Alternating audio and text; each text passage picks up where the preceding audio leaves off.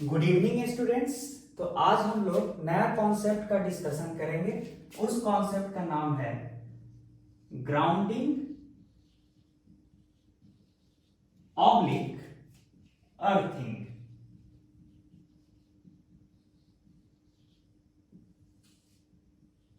ठीक है, ये होता क्या है? तो अगर सिंपल लैंग्वेज में बोले, सिंपल लैंग्वेज में अगर बोले तो हम कह सकते हैं कि ग्राउंडिंग और earthing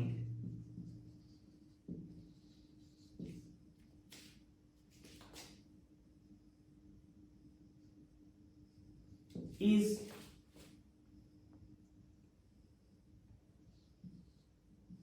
connecting a conductor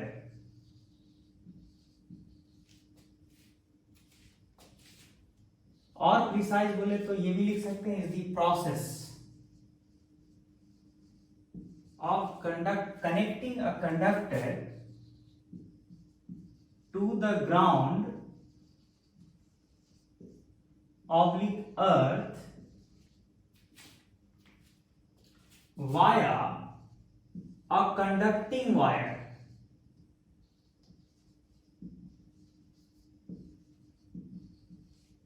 in fact via a good conducting wire. कहने का मतलब हुआ कि किसी भी कंडक्टर को हम अगर अर्थ से कनेक्ट कर दें, किसके माध्यम से? एक गुड कंडक्टिंग वायर से, तो हम कहेंगे कि हमने क्या किया है? ग्राउंडिंग किया है। किसका ग्राउंडिंग किया है या अर्थिंग किया है? कंडक्टर का किया है, जिस कंडक्टर के बारे में यहां चर्चा हुआ है। ठीक है, सिंपल लैंग्वेज में ग्राउंडिंग और अर्थिंग का मतलब यही होता है।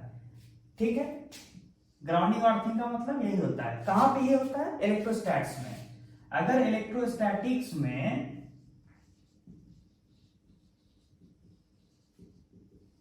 अगर इलेक्ट्रोस्टैटिक्स में ये टर्म यूज होता है तो उसका मतलब यही होता है। क्या होता है कि कंडक्टर को एक गुड कंडक्टिंग वायर के थ्रू ग्राउंड से कनेक्ट कर देना। ठीक है, लेकिन इसका फिजिकल सिग्निफिकेंस क्या है? क्वेश्चन उठता है कि इसका फिजिकल सिग्निफिकेंस क्या है।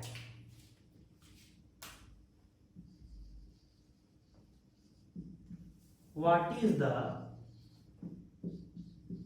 Physical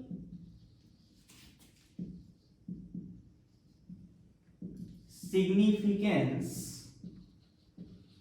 of earthing oblique grounding। ठीक है, आपके मन में ये डाउट आएगा ना, या फिर आपके मन में ये इच्छा तो जानने का होगा ही कि अर्थिंग या ग्राउंडिंग का फिजिकल इंपॉर्टेंस क्या है, होता क्या है। अर्थ किसी भी कंडक्टर को अर्थ से कनेक्ट कर देने पे होता क्या है, इस बात को समझने के लिए कुछ पॉइंट्स को कंसीडर करना जरूरी है। तो in order to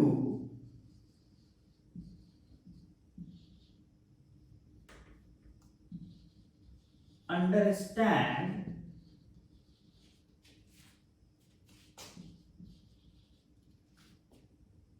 the logic behind grounding,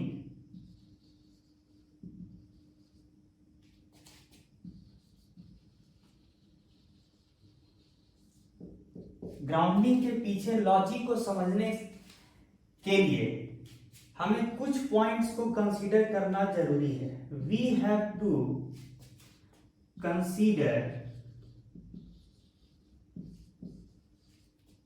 the following important points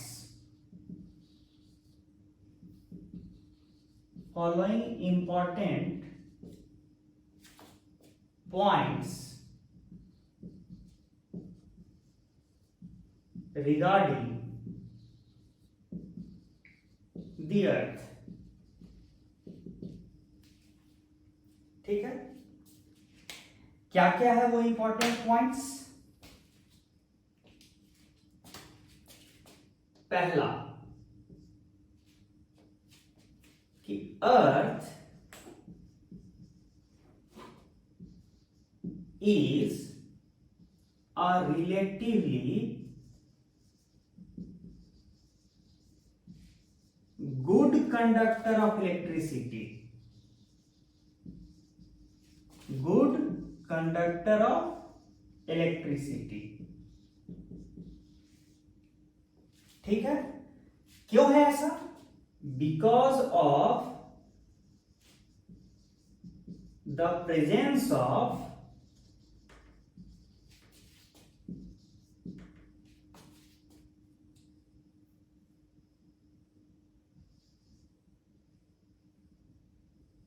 ions and other conducting impurities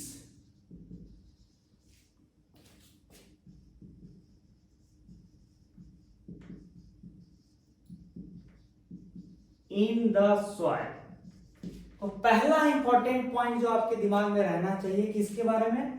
अर्थ के बारे में, कि अर्थ एक अच्छा कंडक्टर है इलेक्ट्रिसिटी का, ठीक है, it is a very good conductor of electricity. और क्यों ऐसा है?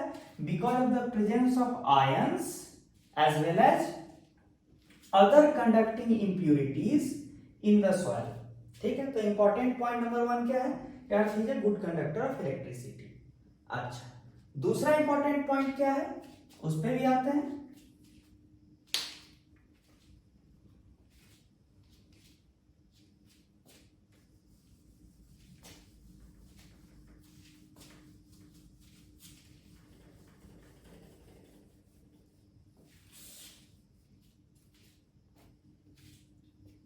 दूसरा इंपॉर्टेंट पॉइंट क्या है? इंपॉर्टेंट पॉइंट नंबर 2 कि अर्थ इज, दूसरा पॉइंट क्या है important? Earth is practically, practically मतलब अप्रोक्सीमेटली न्यूट्रल, मतलब इस पे कोई नेट चार्ज नहीं है। प्रैक्टिकली हल्का फुल्का प्लस माइनस हो सकता है, लेकिन अर्थ इज प्रैक्टिकली न्यूट्रल। ठीक है,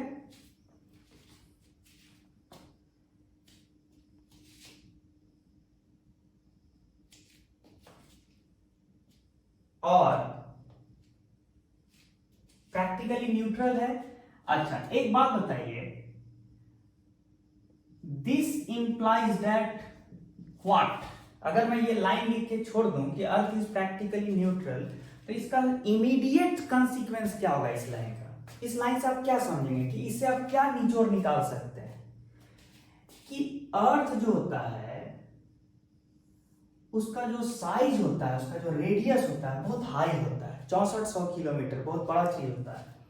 अब बताइए उस पर अगर हल्का फुल्का चार्ज होगा भी प्लस माइनस डेल्टा, तो अर्थ का पोटेंशियल क्या होगा?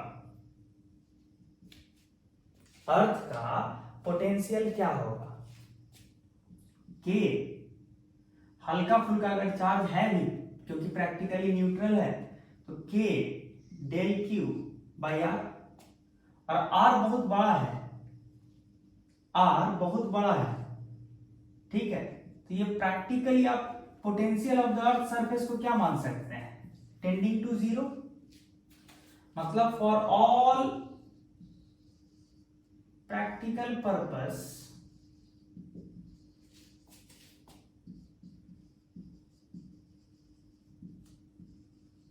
we can assume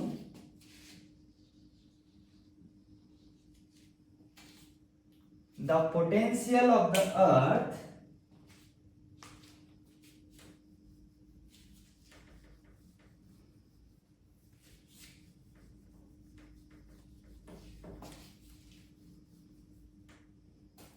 we can assume the potential of the earth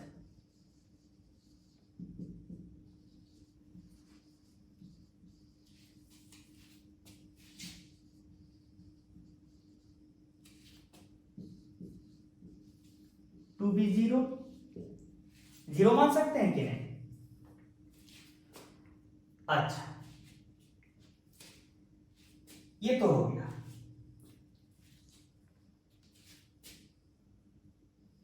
एक और बात समझिए, जो तीसरा इंपॉर्टेंट पॉइंट है वो ये है कि earth can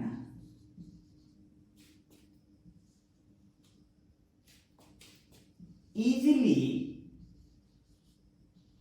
accept as well as donate large number of free electrons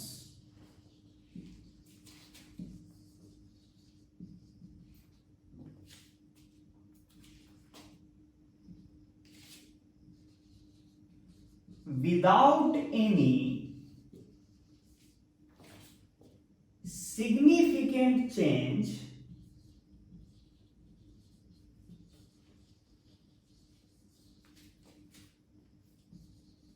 to its zero potential state. जो हमने अभी डिस्कस किया था कि अर्थ के सरफेस को एट जीरो पोटेंशियल मान सकते हैं, यहां पे डिस्कस किया है ना हमने, उसी के बारे में कह रहे हैं कि चूंकि अर्थ एक अच्छा कंडक्टर है, ऊपर से उसका साइज बहुत बड़ा है, तो अर्थ जो है large number of free electrons दे भी सकता है और ले भी सकता है depending upon situation, without any significant change to its zero potential state.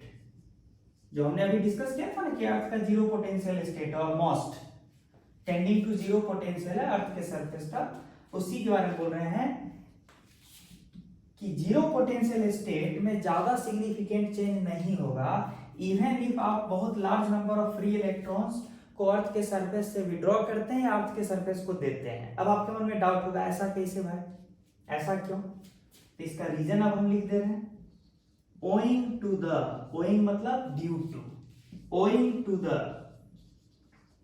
Large size oblique radius of the earth. अब आप ही बताइए, ध्यान से सुनिएगा कि अर्थ के सरफेस का पोटेंशियल, अगर अर्थ के सरफेस पे कुछ डेल क्यू चार्ज है तो अर्थ के सरफेस का पोटेंशियल क्या लिखा जा सकता है, के क्यू बाई आर। अब आर बहुत बड़ा है, तो अगर हम लार्ज नंबर ऑफ इलेक्ट्रॉन्स को ऐड भी करेंगे अर्थ के सरफेस पे या विड्रॉ भी करेंगे, तो ये वाला टर्म तो ऑलरेडी बहुत बड़ा है ना, डिनोमिनेटर में एक टर्म ऐसा बैठा है जो बहुत बड़ा है, तो जब हम फ्री इलेक्ट्रॉन्स को अर्थ के सरफेस में ऐड करेंगे या उसे विड्रॉ करेंगे इवन लार्ज मात्रा में भी, तो बहुत ज्यादा इस ओवरऑल जो टर्म है रेशियो उस पर फर्क नहीं पड़ेगा। क्यों?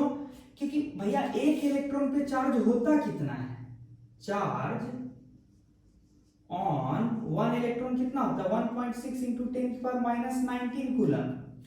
आप समझा कीजिए, ठीक है। तो लार्ज नंबर ऑफ इलेक्ट्रॉन्स रख भी देंगे ना तो बहुत ज्यादा सिग्निफिकेंट चार्ज आप सरफेस पे नहीं रख पा रहे हैं, या large number of electrons withdraw भी कर रहे हैं तो बहुत सिग्निफिकेंट चार्ज आप विड्रॉ नहीं कर पा रहे हैं चार्ज के टर्म्स में अगर बात करें। तो आप बड़े आराम से ये कह सकते हैं कि अर्थ का जो सरफेस का पोटेंशियल है, जिसको आप के क्यू बाई आर लिख सकते हैं, तो आप आराम से सेफली लिख सकते हैं कि अंडर नॉर्मल सर्कमस्टांसेस, ये पहाड़ ना गिर जाए वैसा सिचुएशन नहीं, मतलब आप समझ रहे हैं कि नॉर्मल सर्कमस्टांस में जब आप नॉर्मल चार्जेस के साथ डील करते हैं, नॉर्मल अमाउंट ऑफ चार्जेस के साथ, जो नॉर्मल सिचुएशन होता है कि माइक्रो कूलम, नैनो कूलम, ठीक है, even up to milli coulomb, इन तरह के चार्जेस, इस तरह के अमाउंट के चार्जेस के साथ जब आप डील करते हैं, उस समय तक आप सेफली कह सकते हैं कि रेडियस जो है इतना बड़ा है कि अर्थ के सरफेस का पोटेंशियल क्या रहेगा, टेंडिंग टू जीरो। बात समझ में आ रहा है? तो आप इतना कुछ जो कहानी सुने उसका मेन निचोड़ क्या है कि चूंकि अर्थ एक अच्छा कंडक्टर है और उसका साइज बहुत बड़ा है, इसकी वजह से क्या होगा कि उसका पोटेंशियल जो है अर्थ के सरफेस का टेंडिंग टू जीरो होगा अंडर नॉर्मल सर्कमस्टांसेस, ठीक है। और हल्का फुल्का चार्ज अर्थ के सरफेस में ऐड कर दीजिए या रिमूव कर दीजिए, उससे उसके जीरो पोटेंशियल वाला जो स्टेट है, जीरो पोटेंशियल वाला स्टेट, उसमें कोई सिग्निफिकेंट बदलाव नहीं आएगा। हल्का फुल्का प्लस माइनस डेल्टा होगा, पोटेंशियल एग्जैक्ट जीरो नहीं होगा, लेकिन प्रैक्टिकली हम उसको जीरो मान सकते हैं। ठीक है, ये मेन पॉइंट था। अच्छा, इसी डिस्कशन को आगे बढ़ाते हैं।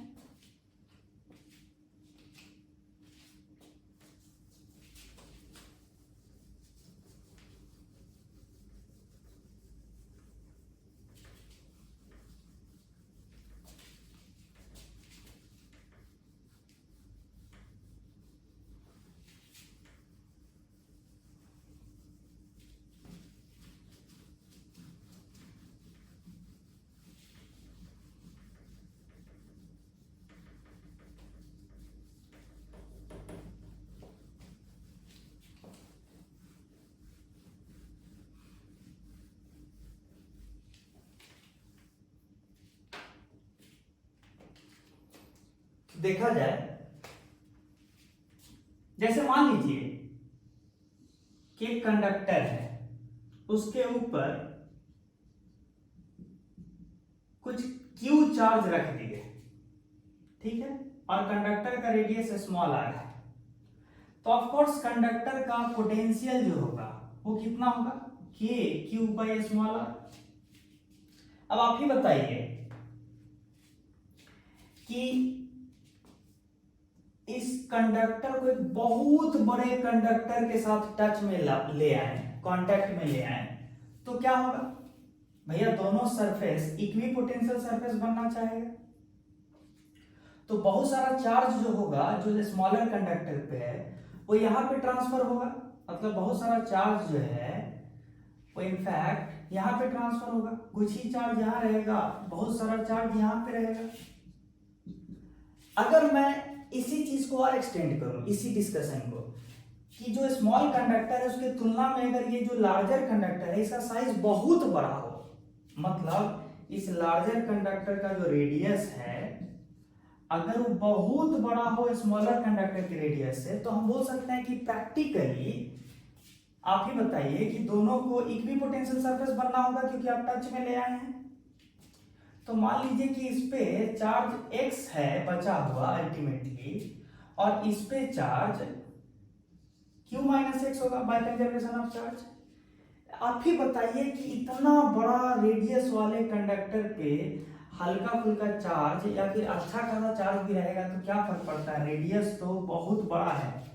तो इस कंडक्टर का, ठीक है, इस कंडक्टर का जो है एबिलिटी टू कैरी चार्ज, ठीक है, इस कंडक्टर का, लार्जर कंडक्टर का जो एबिलिटी है टू कैरी चार्ज सेफली और बहुत दूर दूर पे चार्ज को कैरी कर सकता है, ये ज्यादा है ना, जबकि छोटा कंडक्टर है वहां पे चार्जेस बहुत पास पास था। तो ऑफ कोर्स चार्ज का टेंडेंसी क्या होगा कि जहां चार्ज पास पास है वहां पे रिपल्सन ज्यादा है, तो चार्ज का टेंडेंसी क्या होगा कि जहां वो ज्यादा फैल सकता है वहां पे आराम से ट्रांसफर हो जाएगा, क्यों, क्योंकि चार्ज का टेंडेंसी है कि जहां पास पास रहेगा वहां रिपल्सन होगा कि नहीं। तो जैसे इसको मौका मिलेगा चार्ज को कि एक लार्जर सरफेस पे डिस्ट्रीब्यूट होने का, तो आराम से डिस्ट्रीब्यूट होने लगेगा, क्यों, क्योंकि यहाँ इस लार्जर सरफेस पे रिपल्सन कम है। इस तरह से भी आप समझ सकते हैं कि whenever a small size conductor is brought in contact to a very large size conductor, charge have a natural tendency to move from the smaller conductor to the surface of the larger conductor to minimize the repulsion। ठीक है, इसको दूसरे तरीके से और क्या बोल सकते हैं कि स्मॉलर कंडक्टर का पोटेंशियल, कंडक्टर का सरफेस का पोटेंशियल बहुत हाई था, क्यों, क्योंकि रेडियस बहुत कम है, और चार्ज का टेंडेंसी क्या होता है, प्लस चार्ज का, वो हायर पोटेंशियल से लोअर पोटेंशियल पे जाता है। अच्छा, वही चार्ज अगर इस सरफेस पे आएगा तो बताइए तो कितना पोटेंशियल होगा, के capital Q by capital R, और कैपिटल आर बहुत बड़ा है। तो पहले अगर ये कैपिटल क्यू चार्ज इस छोटे कंडक्टर में रहा था तो इतना पोटेंशियल था जो कि हायर है वैल्यू वाइज, और वही चार्ज अगर हम थ्योरेटिकली समझे कि इस पे डिस्ट्रीब्यूट हो चुका होता तो क्या पोटेंशियल होता, के क्यू बाई कैपिटल आर, जो कि बहुत छोटा वैल्यू है। In fact it can be very negligible, it can be very negligible, negligible नहीं भी होगा तो इसके तुलना में तो बहुत छोटा होगा। तो क्लियर कट मुझे दिख रहा है कि जो ये स्मॉलर कंडक्टर पे चार्ज आप दिए थे उसका मेजोरिटी पार्ट, मतलब most of the charge capital Q will distribute itself over this larger conductor, और बहुत हल्का फुल्का चार्ज ही इस पे बचेगा और मेजोरिटी चार्ज इस पे आ जाएगा। ठीक है, इनफैक्ट आइडियल सिचुएशन जब इसके तुलना में ये इनफाइनाइटली बड़ा हो जाएगा तब क्या होगा कि स्मॉलर कंडक्टर पे कोई चार्ज नहीं होगा, कोई चार्ज नहीं होगा और सारा चार्ज किस पे आ जाएगा, लार्जर कंडक्टर पे। ठीक है, ये आइडियल सिचुएशन है जब ये बहुत बड़ा हो जाएगा। ठीक है, बहुत बड़ा मतलब इनफाइनाइट। इनफाइनाइट साइज का प्रैक्टिकली तो एग्जिस्ट करता नहीं है, लेकिन ये तो बोल सकते हैं ना कि बड़ा वाला कंडक्टर अगर बहुत बड़ा है एज कंपेयर टू छोटा वाला, तब भी हम प्रैक्टिकली एज्यूम कर सकते हैं कि मोस्ट ऑफ द चार्ज जो था कैपिटल Q का वो इस पे आ चुका होगा। ये पॉइंट क्लियर है? ऐसा क्यों हुआ है? Because charge has a tendency to move from higher potential to lower potential. किस चार्ज का ये टेंडेंसी होता है? प्लस चार्ज का।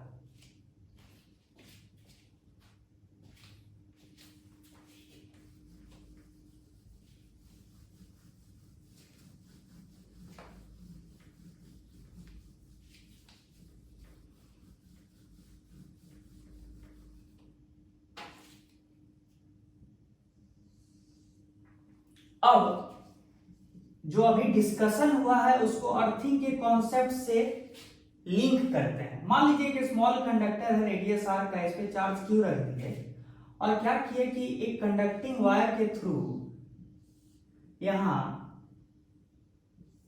अर्थ के साथ कनेक्ट कर दिए। किसको? इस कंडक्टर को। और यहां एक स्विच है। ठीक है, अभी स्विच ओपन है। इस स्विच को अगर हम क्लोज कर दें, जैसे ही क्लोज कीजिएगा तो ये छोटा वाला कंडक्टर, ये जो अर्थ खुद एक बड़ा वाला कंडक्टर है, इसको आप ऐसे भी कर सकते हैं, पूरा मान सकते हैं गोल। इतने से ही आपको समझ में आ जाना चाहिए। जैसे ही स्विच को क्लोज कीजिएगा तो अभी जो कॉन्सेप्ट डिस्कस किए थे कि जो छोटे वाले सरफेस पे जो क्लोजली जो चार्ज डिस्ट्रीब्यूटेड है वो चार्ज बहुत तेजी से एक्चुअल में अर्थ पे डिस्ट्रीब्यूट होना चाहेगा। क्यों? To minimise repulsion. यहां रिपल्सन बहुत है। और पोटेंशियल के कॉन्सेप्ट में बात कीजिएगा तब भी ठीक है। यहां पे KQ बाई स्मॉल r है तो पोटेंशियल सरफेस का बहुत हाई है, तो चार्ज क्या होगा, from higher potential to lower potential flow करना चाहेगा। कहां? लोअर पोटेंशियल कहां पे? अर्थ के सरफेस पे। व्हाई? बिकॉज अर्थ बहुत बड़ा साइज का है, तो अर्थ पे माइनर चार्जेस अगर ऐड कर भी दीजिएगा तो अर्थ का जीरो पोटेंशियल स्टेट डिस्टर्ब नहीं होगा। याद आया? तो इसका मतलब ये जीरो पोटेंशियल पे ऑलमोस्ट, और ये KQ बाई R पोटेंशियल पे है, तो ऑफ कोर्स हायर से लोअर पोटेंशियल पे प्लस चार्ज जाएगा, है कि नहीं? तो शॉर्ट में आप क्या बोलेंगे कि जब कभी कंडक्टर को इस तरह के इंडिविजुअल कंडक्टर को चार्ज दे के रखिएगा और अगर ग्राउंड से कनेक्ट कर दिए तो प्रैक्टिकली सारा चार्ज फ्लो कर जाएगा कहां पे? अर्थ में। और इसका सारा चार्ज अर्थ में फ्लो कर गया। अब बताइए तो इसका पोटेंशियल क्या होगा? जीरो। अर्थ का पोटेंशियल तो आप पहले ही माने हुए हैं कि टेंडिंग टू क्या है? जीरो। दोनों का पोटेंशियल क्या हो गया? जीरो हो गया ना? यही कॉन्सेप्ट भी है आगे से न्यूमेरिकल में। इन क्वेश्चंस रिलेटेड टू ग्राउंडिंग याद रखिएगा,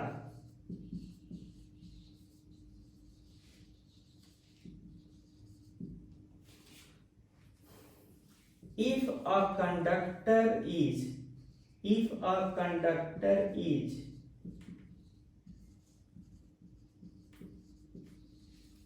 connected to ground, numerically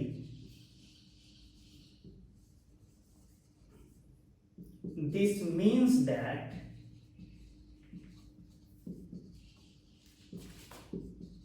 the potential of the conductor is almost zero,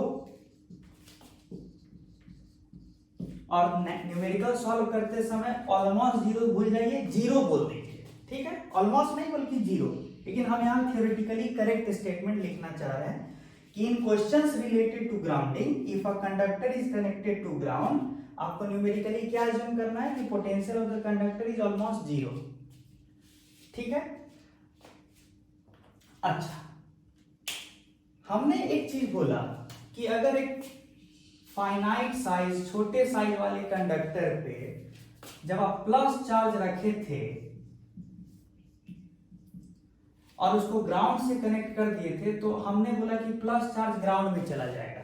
लेकिन रियल लाइफ में क्या होगा? क्या प्लस चार्ज जाता है ग्राउंड में जाएगा? नहीं होगा। क्या रियलिटी में क्या होगा कि ग्राउंड के सरफेस पे जो बहुत सारे इलेक्ट्रॉन्स है वो इनफैक्ट कंडक्टर के पास जाएगा।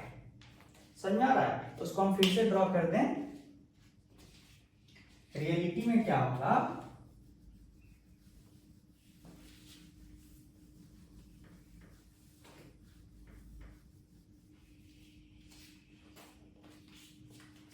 कि एक कंडक्टर है, उसके ऊपर अगर आप प्लस क्यू चार्ज रखे हुए हैं और उसको ग्राउंड से कनेक्ट कर दिए,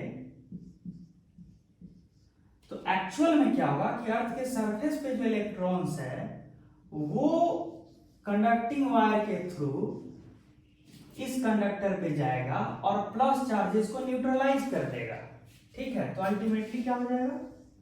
ये ऐसा सिचुएशन होगा,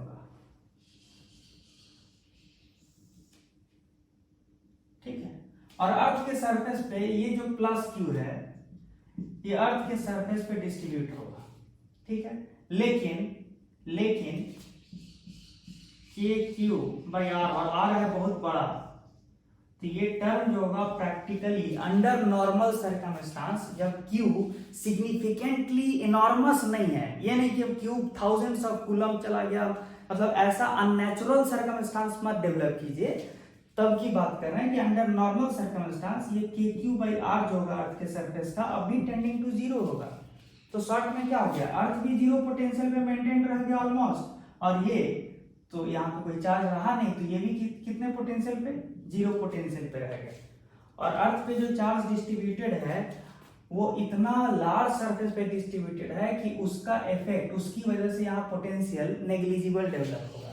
ये जो चार्जेस है ना, इन चार्जेस की वजह से जो पोटेंशियल यहाँ डेवलप होगा वो ऑलमोस्ट नेग्लिजिबल होगा, टेंडिंग टू जीरो, ठीक है। क्योंकि ये बहुत लार्ज सरफेस पे बहुत ही स्पार्सली, मतलब बहुत दूर दूर होकर फैला होगा ये चार्जेस, ठीक है। तो यहाँ पे इस तरह के चार्जेस की वजह से यहाँ पोटेंशियल जीरो, तो मतलब शॉर्ट में बोलिए ना, ये भी जीरो पोटेंशियल पे, ये भी जीरो पोटेंशियल पे। एक चीज तो ये सीखे, दूसरा क्या सीखे कि प्लस चार्ज एक्चुअल में ग्राउंड में नहीं जाता, बल्कि ग्राउंड से माइनस चार्ज ऊपर कंडक्टर में जाएगा और प्लस को न्यूट्रलाइज करेगा। तो ये सारी बातें अब आपको समझ में आना चाहिए, ठीक है।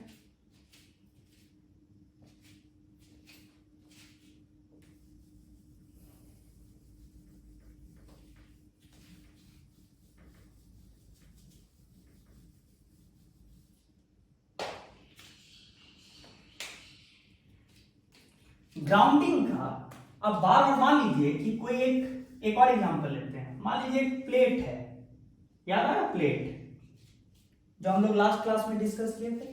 मान लीजिए इस प्लेट पे कुछ चार्ज हम रखे हुए हैं इस तरह से, और क्या किए कि इस प्लेट को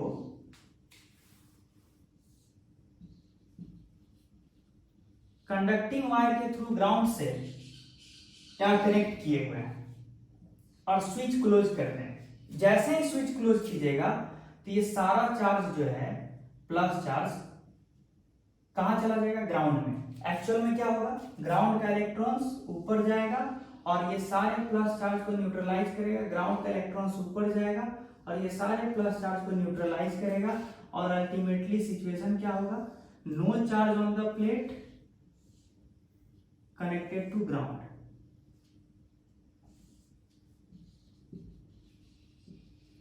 ठीक है, ऐसे भी नहीं होना चाहिए। याद है ना, ग्राउंड का पोटेंशियल है जीरो और ग्राउंड कंडक्टिंग वायर से जुड़ा हुआ है प्लेट से, तो भैया ऑफ कोर्स इलेक्ट्रोस्टैटिक कंडीशन में कंडक्टर्स इक्विपोटेंशियल सरफेस रहता है। तो अगर ग्राउंड है जीरो पोटेंशियल पे, ये वायर कंडक्टिंग है, फिर ये कंडक्टर ही है, तो प्लेट भी जो है, ये प्लेट ये भी जीरो पोटेंशियल पे होगा। अगर प्लेट को जीरो पोटेंशियल पे रहना है तो यहाँ पे कोई चार्ज नहीं रह सकता। अगर रहा यहाँ पे चार्ज तो फिर यहाँ पे इलेक्ट्रिक फील्ड डेवलप हो जाएगा, और इलेक्ट्रिक फील्ड अगर डेवलप होगा तो इन्फिनिटी से जब आप यहाँ पे लाइएगा एक कूलम चार्ज को, तो आपको वर्क करना पड़ जाएगा। इसका मतलब है कि फिर अगर सरफेस पे चार्ज रहा तो तब इन्फिनिटी से प्लेट तक लाने पे, एक कूलम चार्ज को प्लेट तक लाने में आपको वर्क करना होगा। वर्क करना पड़ गया तब इसका मतलब प्लेट के सरफेस का पोटेंशियल जीरो नहीं है। जबकि आप अभी आर्गुमेंट किए हैं कि पोटेंशियल का, प्लेट का भी जो पोटेंशियल है, इस प्लेट का पोटेंशियल वो अर्थ के पोटेंशियल के बराबर होना चाहिए, दैट इज जीरो। ऐसा होने के लिए इस प्लेट का सारा चार्ज को न्यूट्रलाइज होना होगा। और कौन करेगा न्यूट्रलाइज? यहां से इलेक्ट्रॉन्स जो है ऊपर जाएगा और ये सारे यहां जो प्लस चार्जेस था उसको न्यूट्रलाइज कर देगा। ठीक है, अच्छा, ये सब चीज तो कॉन्सेप्चुअल चीज हुआ। बार बार आप किसी भी कंडक्टर को जब आप अर्थ से कनेक्ट करते हैं तो ऐसे अर्थ नहीं बना देते। ठीक है, सिंबल क्या है अर्थिंग का? जब इस तरह का सिंबल कहीं बना रहे तो समझ जाइए कि कंडक्टर को ग्राउंड के साथ कनेक्ट किया जाना है। ग्राउंडिंग का सिंबल ये है, this is the symbol for grounding.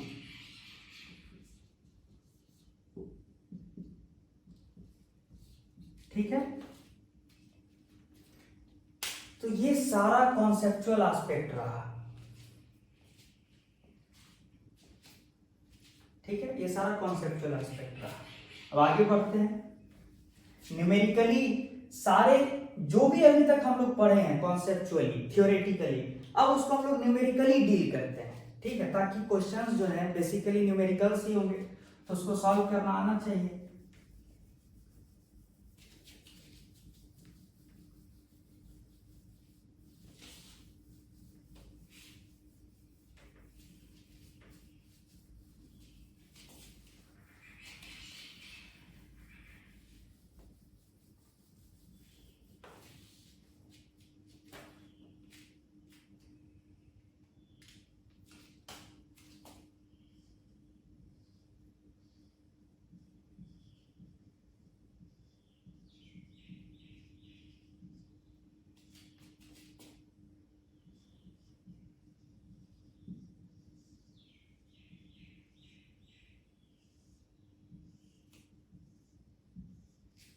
Numerical analysis एकदम बेसिक से शुरू करते हैं।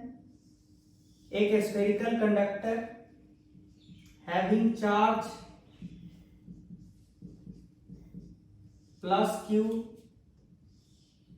रेडियस स्मॉल आर,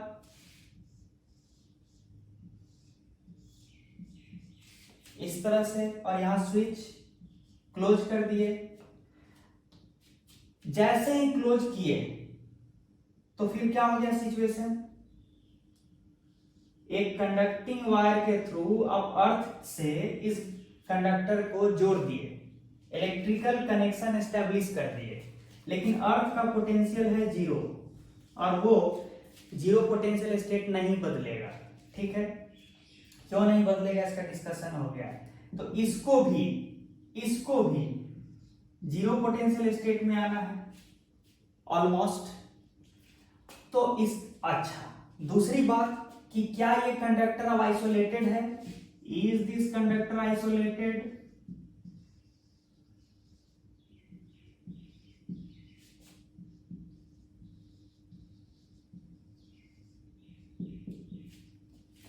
नो, ये कंडक्टर अब आइसोलेटेड नहीं है, ये अर्थ से कनेक्टेड है। तो जब आइसोलेटेड नहीं है तो can we assume the charge on the conductor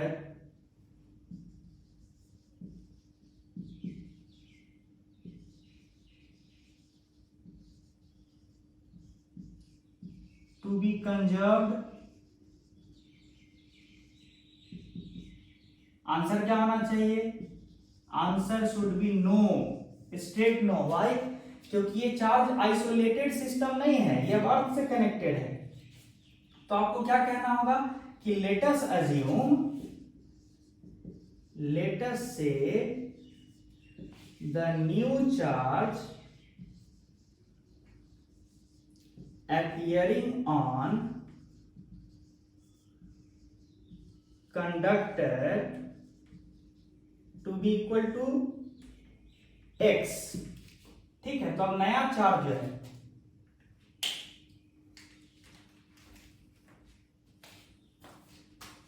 new situation कब? After earthing. ठीक है, तो नया सिचुएशन क्या आप माने हैं कि कंडक्टर पे प्लस एक्स चार्ज डेवलप हो गया है, लेकिन कंडक्टर ग्राउंड से कनेक्ट होने के बाद किस पोटेंशियल पे आ गया होगा? ऑलमोस्ट जीरो, ये बोलना चाहिए। तो इसका मतलब है ना के X by small R, conductor के सरफेस का पोटेंशियल क्या होना चाहिए? Equal to zero. This implies that X should be equal to zero. मतलब अर्थ करने के बाद कंडक्टर के सरफेस पे कोई चार्ज नहीं बचेगा। यानी क्वेश्चन अगर एग्जाम में पूछा होता कि कितना चार्ज कंडक्टर से अर्थ में फ्लो किया है, तब आपका आंसर होगा कि प्लस क्यू चार्ज फ्लो किया है। अगर एग्जामिनर ये पूछता कि कितना निगेटिव चार्ज अर्थ से कंडक्टर में फ्लो किया है, तो आपको बोलना पड़ता इन अदर वर्ड्स कितना चार्ज? Minus Q charge. ये भी बोल सकते हैं, या तो बोलिए कि प्लस क्यू चार्ज अर्थ में फ्लो कर गया, या बोलिए माइनस क्यू चार्ज अर्थ से कंडक्टर पे आया है। एक्चुअल में ये हुआ है कि माइनस क्यू चार्ज आया है अर्थ से कंडक्टर में। अच्छा, दूसरा बात कि जो प्लस क्यू चार्ज अर्थ में गया है, तो अर्थ के सरफेस पे प्लस क्यू चार्ज डिस्ट्रीब्यूटेड है, लेकिन इतना बड़ा सरफेस है कि उस चार्ज की वजह से इस सरफेस पे कोई पोटेंशियल, सिग्निफिकेंट पोटेंशियल डेवलप नहीं हो पाएगा, क्योंकि चार्ज बहुत दूर दूर फैला होगा अर्थ के सरफेस पे। तो ये सिचुएशन क्लियर है कि हमने सिर्फ यही टर्म क्यों लिखा कंडक्टर के पोटेंशियल के लिए? कंडक्टर के सरफेस का जब हम पोटेंशियल लिख रहे थे तो यही टर्म क्यों लिखे? अर्थ पे जो चार्ज था उसको क्यों नहीं लिखे? उसकी वजह से पोटेंशियल ऑलमोस्ट नेग्लिजिबल होगा, इसलिए यहां पे नहीं लिखे। तो कहानी क्लियर होना चाहिए। ठीक है, ये तो एक सिंपल सा एग्जांपल।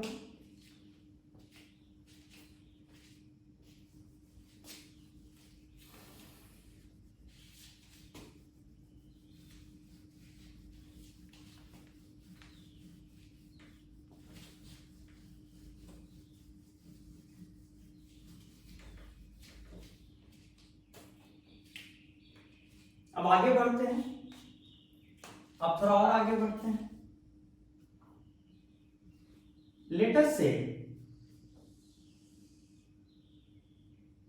ये एक सॉलिड कंडक्टर है और इस पे प्लस स्मॉल क्यू चार्ज है, और इसको घेर दिए एक कंडक्टिंग शेल से। ये क्या है? कंडक्टिंग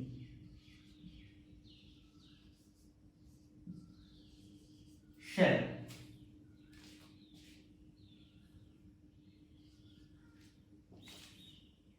अब यहां प्लस क्यू चार्ज है, तो मुझे ये बताने में कोई संकोच नहीं है कि इनर वॉल पे कितना चार्ज इंड्यूस होगा। ये सारा कहानी डिस्कस हो चुका है लास्ट लेक्चर में। अगर यहां प्लस क्यू चार्ज है तो अंदर में माइनस चार्जेज इंड्यूस होगा, और कितने मैग्नीट्यूड का? Minus Q. याद है गॉस लॉ से? अच्छा, लेकिन आउटर कंडक्टिंग सेल तो क्या था? न्यूट्रल था ना। हमने आउटर कंडक्टिंग शेल पे कोई एक्सेस चार्ज नहीं डाला था। किस पे डाला था? सिर्फ इनर कंडक्टर पे, सॉलिड कंडक्टर पे। आप ही बताइए कि जब इनर वॉल पे, यहाँ पे शेल के इनर वॉल पे अगर माइनस क्यू डेवलप होगा, तो आउटर सरफेस पे कितना डेवलप हो जाएगा? प्लस क्यू चार्ज होगा कि नहीं? प्लस क्यू चार्ज डेवलप हो जाएगा। ये है अभी का ओरिजिनल सिचुएशन। अब लेट अस से इस कंडक्टर को हम ग्राउंड कर दिए। ग्राउंड करने का न्यूमेरिकल सिग्निफिकेंस क्या है, अभी डिस्कस किए हैं कि इस कंडक्टिंग शेल का पोटेंशियल क्या हो जाना चाहिए, 0। ठीक है। अच्छा, एक बात है कॉमन सेंस कि जो बाहर जो चार्ज है, जहां जिस सरफेस पे प्लस स्मॉल क्यू चार्ज आप बोले थे, क्या अब भी ये प्लस स्मॉल क्यू रहेगा? कॉमन सेंस से बताइए तो होना चाहिए क्या? आप ही बताइए कि अगर ये प्लस स्मॉल क्यू चार्ज रहेगा तो इलेक्ट्रिक फील्ड लाइंस ऐसा होगा कि नहीं? Original situation electric field lines कैसा होगा कि नहीं? अब आप ही बताइए कि ऐसी अवस्था में अगर आप इन्फिनिटी से 1 कूलम चार्ज को सरफेस तक लाइएगा तो आपको वर्क करना पड़ेगा कि नहीं अगेंस्ट दिस इलेक्ट्रिक फील्ड? यानी मेरे जैसे ऑब्जर्वर को, मेरे जैसे एजेंट को 1 कूलम चार्ज को इन्फिनिटी से यहां तक लाने में वर्क करना होगा। वर्क करना होगा तो इसका मतलब सरफेस का पोटेंशियल नॉन जीरो है, जबकि आप सरफेस को क्या कर चुके हैं, ग्राउंड कर चुके हैं। ग्राउंड कर देने का मतलब है सरफेस का पोटेंशियल क्या हो जाना चाहिए था, 0। अगर सरफेस का पोटेंशियल 0 होना चाहिए तो इसका मतलब क्या होता है कि इन्फिनिटी से 1 कूलम चार्ज को लाने में मेरे जैसे एजेंट को 0 वर्क करना चाहिए। ऐसा कब होगा, जब बाहर में कोई फील्ड लाइंस नहीं होगा। ठीक है, बाहर में कोई फील्ड लाइंस कब नहीं होगा, जब बाहर वाले सरफेस पे कोई चार्ज नहीं होगा। यानी बाहर वाले सरफेस पे अगर चार्ज को आप x मानते, अननोन मानते, तो हम उसी अननोन का वैल्यू अब हम आपको लॉजिकली बता दिए कि 0 होना चाहिए था। अच्छा, इसको हम न्यूमेरिकली भी दिखा देंगे कि ये 0 होगा। देखिए कैसे, ये तो अभी हम लॉजिकली बता दिए कि 0 होना चाहिए। देखिए कैसे, मान लीजिए कि ये x है, ग्राउंड करने के बाद आउटर सरफेस पे जो चार्ज नया अपीयर हुआ है वो x है। ठीक है, नया क्यों अपीयर आप माने हैं, क्योंकि आउटर सरफेस ग्राउंड से कनेक्ट हो गया है, तो आउटर सरफेस अब आइसोलेटेड नहीं है, ग्राउंड के साथ कनेक्ट हो गया है, तो चार्ज बदलने का चांस है। प्लस क्यू अब x हो गया है, यह हम मानते हैं। अगर चेंज नहीं हुआ होगा तो अपने आप आंसर आ जाएगा प्लस क्यू। अच्छा, बाहर वाले सरफेस पे चार्ज हम x माने। एक और चीज, अगर अंदर वाला सरफेस, अंदर वाला जो कंडक्टर है, ये तो आइसोलेटेड है ना, फिजिकली तो ये आइसोलेटेड है ना, तो ये प्लस क्यू चार्ज तो जस का तस रहेगा यहाँ पे। अगर ये प्लस क्यू चार्ज जस का तस रहेगा, मतलब ऐसे ही रहेगा, तो इनर वॉल पे तो अभी माइनस क्यू चार्ज इंड्यूस्ड ही रहेगा, चाहे आप ग्राउंड कीजिए या नहीं कीजिए, ये तो होना ही है। Under electrostatic condition Gauss law के लॉजिक के थ्रू आप प्रूफ किए थे ना कि इनर वॉल पे माइनस क्यू अपीयर होना ही है अगर यहाँ पे क्यू है तो, अंडर इलेक्ट्रोस्टैटिक कंडीशन। तो ग्राउंड करने से ना इसका अवस्था चेंज हुआ, ना इस माइनस क्यू चार्ज का अवस्था चेंज हुआ। ठीक है, ये भी प्रूफ कर दिए लॉजिक से। बाहर वाले सरफेस पे आप चार्ज जो है x माने हुए हैं। अच्छा, ऊपर से ये जो कंडक्टिंग शेल है इसका पोटेंशियल क्या होना चाहिए, 0। अच्छा, लेट अस से ये कंडक्टिंग शेल का रेडियस r2 है और जो सॉलिड कंडक्टर है उसका रेडियस r1 है, और अब कंडक्टिंग शेल का सरफेस का पोटेंशियल लिखने जा रहे हैं। I am going to write the potential of the surface of the conducting shell. तो क्या होगा potential, potential of the conducting shell.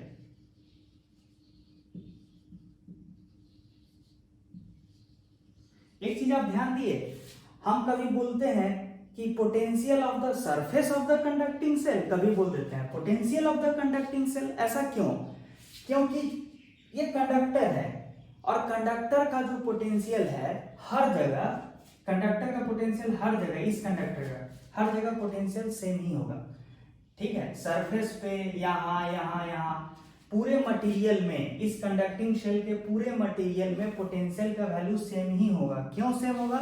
Under electrostatic condition whole of the conductor constitute a equipotential surface. तो तब तो potential of the conducting shell जब आप लिख रहे हैं तो कैसे लिखेगा? ये जो प्लस क्यू चार्ज है इसकी वजह से यहाँ पे R2 दूरी पे क्या होगा? पोटेंशियल। आपको याद है वो थ्योरी कि अगर कोई स्फेरिकल सरफेस पे चार्ज है, यूनिफॉर्मली डिस्ट्रीब्यूटेड चार्ज है, और उस स्फेरिकल सरफेस के बाहर अगर हमको पोटेंशियल लिखना है तो हम मान सकते हैं कि जितना चार्ज है प्लस क्यू वो कहाँ पे है? सेंटर पे है। तो यहाँ पे कितना पोटेंशियल होगा due to this plus Q charge? K Q by R2। तो K Q by R2 is the potential due to this plus Q charge. Similarly ये जो माइनस क्यू जो इनर वॉल पे डेवलप्ड है, इसकी वजह से इस कंडक्टिंग शेल का पोटेंशियल क्या होगा? इस माइनस क्यू की वजह से कितना होगा पोटेंशियल? तो माइनस के क्यू बाई, इस माइनस क्यू की वजह से इस कंडक्टिंग सेल पे पोटेंशियल कितना होगा? तो माइनस के क्यू बाई R2। अच्छा, इस x की वजह से कंडक्टर के सरफेस पे कितना होगा potential? Plus k x by R2। But ये पोटेंशियल कितना के बराबर होना चाहिए था? 0 के। ठीक है, पहले तो एक दो चीज, ये 0 के बराबर होना चाहिए। के क्यू बाई R2 और के क्यू बाई R2 देखिए कैंसल आउट, तो बचा क्या? के एक्स बाई R2 बराबर 0। दिस इंप्लाइज दैट x बराबर 0। याद कीजिए यही चीज हम न्यूमेरिकली ना सॉल्व करके लॉजिकली बता दिए थे कि x 0 होना था। चलिए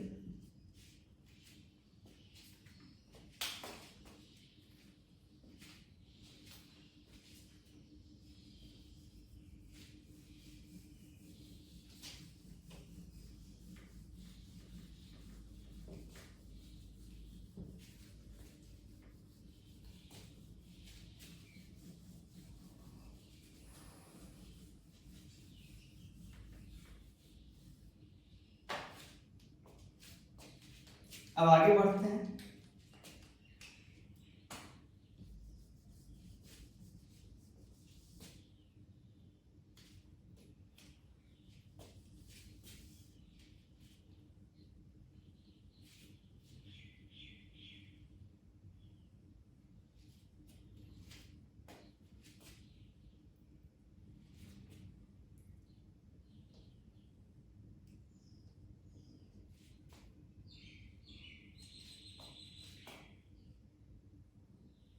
Let us say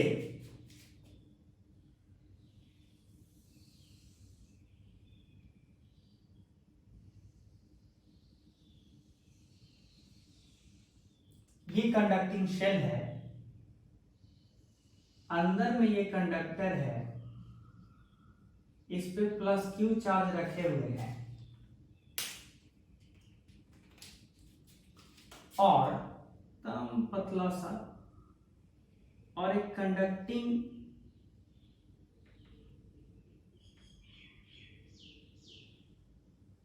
वायर के थ्रू यहां पे ग्राउंडिंग किया जा रहा है। किसका? इनर कंडक्टर का।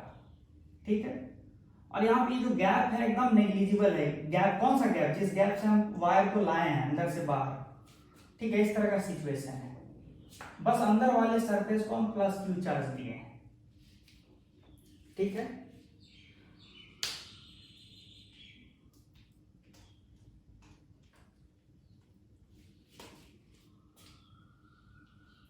और अंदर वाले सरफेस को प्लस क्यू चार्ज दिए हैं, और जो बाहरी जो कंडक्टिंग ये जो शेल है इसको भी हम एक्सेस में प्लस क्यू चार्ज दिए हैं। मतलब यहाँ पे हम दो सरफेसेस को प्लस क्यू चार्ज दिए हैं। इस इनर कंडक्टर को दिए हैं और आउटर कंडक्टर को भी दिए हैं। एक कंडक्टिंग शेल है और एक सॉलिड कंडक्टर है। ये सिचुएशन ओरिजिनल है। अभी स्विच को क्लोज नहीं किया, अभी स्विच क्या है? ओपन है। स्विच क्या है? अभी स्विच क्या है? ओपन है। अब स्विच को हम क्या करने जा रहे हैं, क्लोज। तो क्लोज करने से पहले का थोड़ा सा सिचुएशन भी देख लीजिए। क्लोज करने से पहले का सिचुएशन क्या है, यहां अगर प्लस क्यू है तो यहां क्या डेवलप होगा बताइए, इलेक्ट्रोस्टैटिक कंडीशन से यहां क्या डेवलप होगा, माइनस क्यू। अच्छा, जो बाहरी कंडक्टिंग शेल था उसका नेट चार्ज, जब तक ये स्विच ओपन है तो बाहरी कंडक्टिंग शेल जो है वो तो आइसोलेटेड है ना, जब तक ये ओपन है तो आइसोलेटेड है, तो टोटल चार्ज तो प्लस क्यू रहना चाहिए था जो हम दिए थे। तो अगर अंदर में माइनस क्यू डेवलप हुआ है तो बाहर में कितना चार्ज होगा, ताकि नेट चार्ज प्लस क्यू रहे, तो बाहर में प्लस 2q रहेगा, तब ना नेट चार्ज आउटर सरफेस पे, आउटर कंडक्टिंग बॉडी पे नेट चार्ज q रहेगा, जब यहाँ प्लस 2q रहेगा यहाँ माइनस q रहेगा। ये ओरिजिनल सिचुएशन है, ओरिजिनल, ठीक है।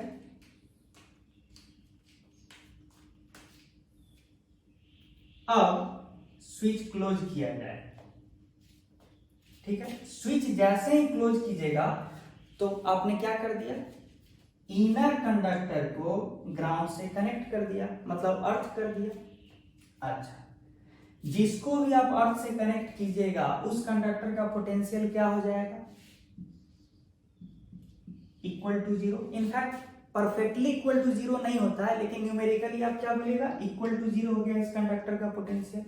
अच्छा, अब नया सिचुएशन है, ग्राउंड करने के बाद आप ये नहीं मान सकते हैं कि इस कंडक्टर के ऊपर प्लस क्यू चार्ज होगा, क्यों, क्योंकि ये अब आइसोलेटेड नहीं रहा, ग्राउंड से कनेक्टेड है, तो देयर इज अ पॉसिबिलिटी कि इसका चार्ज बदल गया होगा।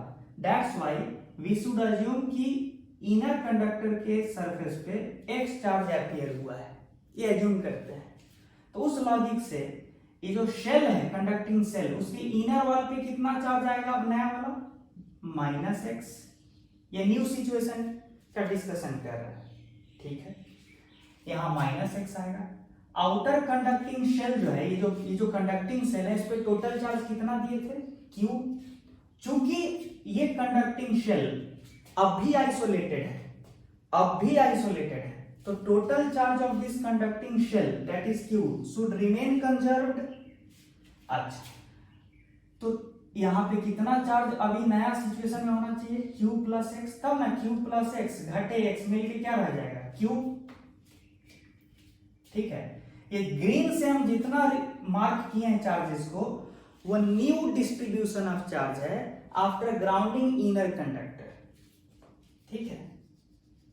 अब देखिए मेरा पर्पस क्या है, कि इनर कंडक्टर का पोटेंशियल जीरो होना चाहिए, तो potential of inner conductor should be equal to zero. अच्छा,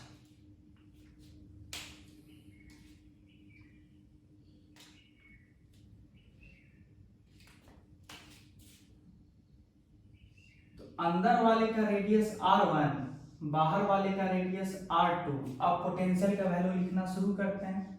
तो दिस इंप्लाइज दैट ये x की वजह से, इनर कंडक्टर पे जो x है उस चार्ज की वजह से कितना पोटेंशियल होगा इस कंडक्टर पे, kx by r1। इस माइनस x की वजह से कितना होगा यहाँ पे पोटेंशियल इस पूरे कंडक्टर पे, ध्यान दीजिए। तो देखिए ये माइनस x जो है एक स्फेरिकल शेल पे है ना, और याद है स्फेरिकल शेल पे अगर कोई चार्ज रहता है, इस केस में माइनस एक्स है, तो उसके अंदर में हर जगह पोटेंशियल कांस्टेंट रहता है, कितना के बराबर, माइनस के एक्स बाई, इसका अगर रेडियस कितना है अभी r2 है, तो minus k x by r2 होगा। माइनस एक्स चार्ज है तो माइनस एक्स इंटू के बाई r2। शेल के अंदर, यानी जो इनर शेल है इसके अंदर हर जगह potential due to this minus X charge कितना होगा, minus k x by r2, ठीक है। इस माइनस एक्स का राम कहानी हो गया। अब इस q प्लस एक्स का राम कहानी क्या होगा, इस q प्लस एक्स की वजह से यहाँ पे पोटेंशियल क्या होगा, तो वही लॉजिक जो अभी यूज किया है, कितना हो जाएगा, plus k under bracket q plus x by r two. ये सब मिलके क्या होना चाहिए 0। अच्छा थोड़ा देखिए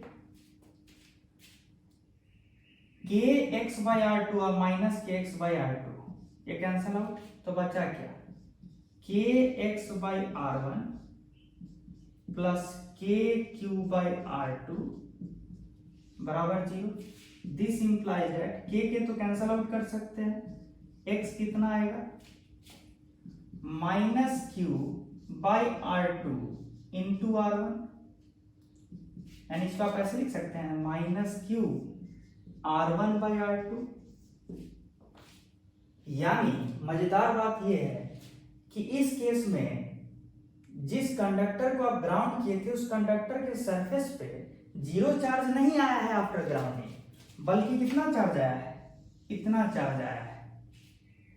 ठीक है, तो आपके दिमाग से एक मिसकंसेप्शन हम अभी दूर किए कि लोग सोचता है कि किसी भी चीज को ग्राउंड कर देने से उस ऑब्जेक्ट का सारा चार्ज ग्राउंड में चला जाएगा। नहीं, मेन कॉन्सेप्ट है कि जिस भी ऑब्जेक्ट को आप ग्राउंड कीजिएगा उसका potential zero tending to zero होगा। ठीक है, जो अर्थ के सरफेस का पोटेंशियल है, जो अर्थ का पोटेंशियल है, वही पोटेंशियल इस कंडक्टर का होगा, और वो कितना होगा टेंडिंग टू जीरो होगा। मेन चीज ये है पोटेंशियल का बराबर होना, अर्थ का और कंडक्टर के पोटेंशियल का बराबर होना, यानी क्या होना जीरो होना, मेन ये है। अब उसको जीरो होने के लिए अगर चार्ज को पूरा ही ग्राउंड में जाना होगा तो चला जाएगा, नहीं जाना होगा तो नहीं जाएगा। यहाँ पे देखिए एक नए तरीके का चार्ज डिस्ट्रीब्यूशन आया है, तो समझ में आ रहा नहीं ये चीजें, ये सारी बातें है ना। अब थोड़ा पानी पिया जाए।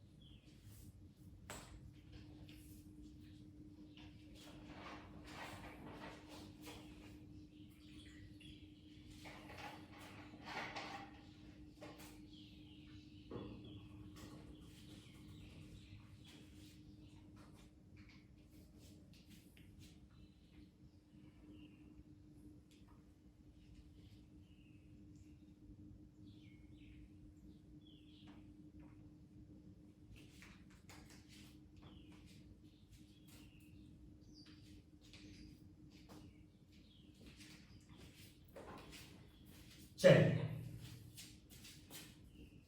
एक नए सिचुएशन की ओर बढ़ते हैं।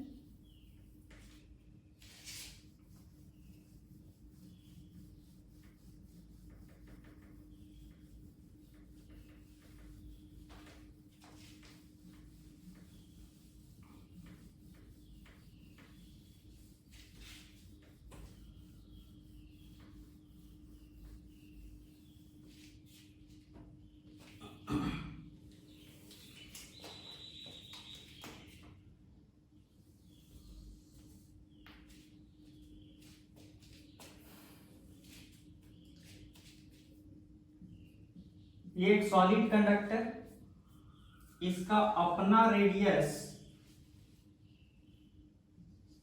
स्मॉल आर, इसके सेंटर से x डिस्टेंस पे यहां पे एक स्मॉल क्यू रख दिया गया। ठीक है, ये अभी का सिचुएशन है। ठीक है, अब इस स्मॉल क्यू की वजह से क्या होगा, स्मॉल क्यू प्लस है, उसकी वजह से क्या होगा, ये जो कंडक्टर है इसको हम न्यूट्रल रखे हुए हैं, कंडक्टर पे कोई हम चार्ज बाहर से नहीं रखे हैं, बस एक बाहर में एक चार्ज रखे हुए हैं सेंटर से x डिस्टेंस पे, और वो चार्ज पॉजिटिव है। तो होगा क्या, इस कंडक्टर के सरफेस पे इधर कुछ माइनस चार्ज इंड्यूस होगा और इधर कुछ प्लस चार्ज रहेगा। नेट चार्ज अब भी जीरो रहेगा, लेकिन चार्जेस इस तरह से सेपरेटेड होगा, minus plus, due to the effect of this small q. अच्छा, अब क्या कर रहे हैं, सिचुएशन देखिए कि इस स्विच को हम क्लोज करने जा रहे हैं, अर्थात इस कंडक्टर को हम ग्राउंड करने जा रहे हैं। ठीक है, ग्राउंड करने के बाद क्वेश्चन है कि find the charge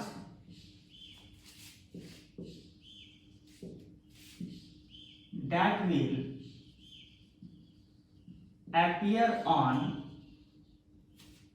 find the net charge that will appear on the outer surface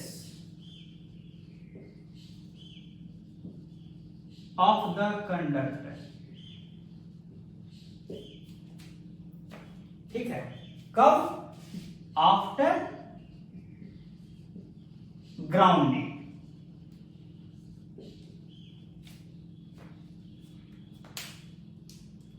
ठीक है, तो ध्यान दिया जाए, कॉन्सेप्ट तो हमको पता ही है कि सरफेस का पोटेंशियल क्या होना चाहिए, जीरो। इनफैक्ट पूरे कंडक्टर का ही पोटेंशियल जीरो होगा। क्यों? क्योंकि पूरा कंडक्टर ही इक्वी पोटेंशियल होता है, रीजन होता है। पूरा सरफेस, पूरा कंडक्टर ही इक्वी पोटेंशियल रीजन होता है। कब? Under electrostatic condition. ठीक है, तो जैसे ही ग्राउंड किए तो लेटर से कि जो नेट चार्ज अपीयर हुआ है कंडक्टर पे, ऑफ कोर्स वो यूनिफॉर्मली डिस्ट्रीब्यूटेड नहीं होगा due to this q charge. Whatever charge will appear on this outer surface that will not be distributed uniformly, to be precise. ठीक है, but later say the net charge that has appeared on this surface is plus x. ठीक है, plus x. यहां हो सकता है कम हो, क्योंकि रिपल्सन, इस क्यू के रिपल्सन की वजह से यहां चार्जेस का डेंसिटी कम होगा और प्लस चार्जेस का डेंसिटी इधर ज्यादा होगा, सरफेस डेंसिटी। तो लेटर से प्लस एक्स चार्ज अपीयर हुआ है आउटर सरफेस पे। अच्छा, इस कंडक्टर का नेट पोटेंशियल होना चाहिए था जीरो, तो नेट पोटेंशियल लिखने का तरीका भी आना चाहिए। बताइए तो, ये जो एक्स चार्ज अपीयर हुआ है सरफेस पे, इसकी वजह से इस सेंटर पे पोटेंशियल कितना होगा? सेंटर पे, तो सेंटर पे होगा के एक्स बाई स्मॉल आर। क्यों? क्योंकि ऑल दो ये x charge non uniformly distributed है, लेकिन सारे चार्जेस का दूरी तो सेंटर से कैपिटल आर ही ना है। ध्यान दीजिएगा। ठीक है, तो इस एक्स चार्ज की वजह से सेंटर पे इतना पोटेंशियल है। इनफैक्ट इस एक्स और इस एक्स से कंफ्यूजन से बचने के लिए ये जो चार्ज जो आप माने हैं, जो अपीयर हुआ है सरफेस पे, इसको y बोल दीजिए। ठीक है, तो कितना लिखेगा? इस y चार्ज जो अपीयर हुआ है, इसकी वजह से सेंटर पे पोटेंशियल कितना है? ky by r. इस q की वजह से सेंटर पे पोटेंशियल कितना है? प्लस के क्यू बाई एक्स। लेकिन लॉजिकली जो सेंटर पे पोटेंशियल होगा सारे चार्जेस की वजह से, वही पोटेंशियल तो पूरे कंडक्टर का होगा, क्योंकि whole of conductor equipotential region है। देख रहे हैं दिमाग? तो आप सेंटर का पोटेंशियल लिख के और आप पूरे कंडक्टिंग बॉडी का पोटेंशियल जानेंगे, क्योंकि सेम ही होगा। तो K Y by small R plus के Q by X should be equal to zero. Net potential तो पूरा कंडक्टर का जीरो होना चाहिए, क्योंकि आप ग्राउंड कर दिए हैं। दिस इंप्लाइज दैट के तो कट गया, y बराबर कितना हुआ? Minus q R by x. मतलब इतना चार्ज कंडक्टर के आउटर सरफेस पे अपीयर हुआ है। ये जरूर है कि ये चार्ज यूनिफॉर्मली डिस्ट्रीब्यूटेड नहीं होगा। क्यों नहीं होगा? इस क्यू के इफेक्ट की वजह से। ये क्यू जो है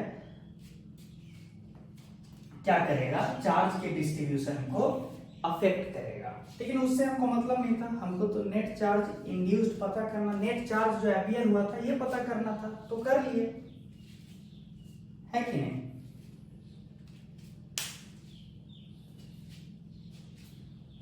अब अगले सवाल की ओर बढ़ते हैं।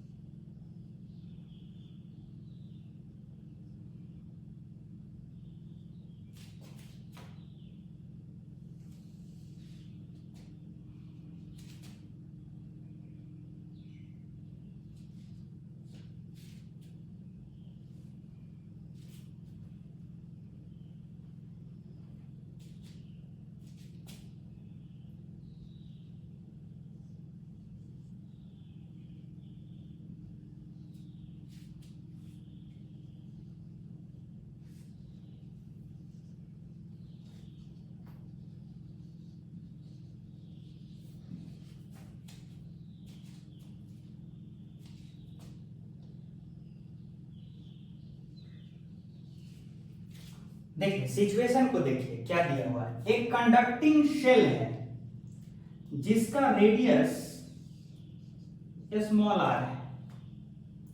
कंडक्टिंग शेल के अंदर 0.5 आर दूरी पे, देखिए सरफेस से 0.5 आर दूरी पे एक प्लस क्यू चार्ज रखा हुआ है। सिमिलरली कंडक्टिंग सेल के सेंटर से 2 आर डिस्टेंस पे एक प्लस 2 क्यू चार्ज रखा हुआ है। सुनते जाइएगा ध्यान से। अच्छा, और कंडक्टिंग शेल के ऊपर भी हमने एक प्लस क्यू चार्ज दिया हुआ है, मतलब 3 जगह हमने चार्जेस दिया है। ठीक है, ये है सिचुएशन अभी का। अच्छा,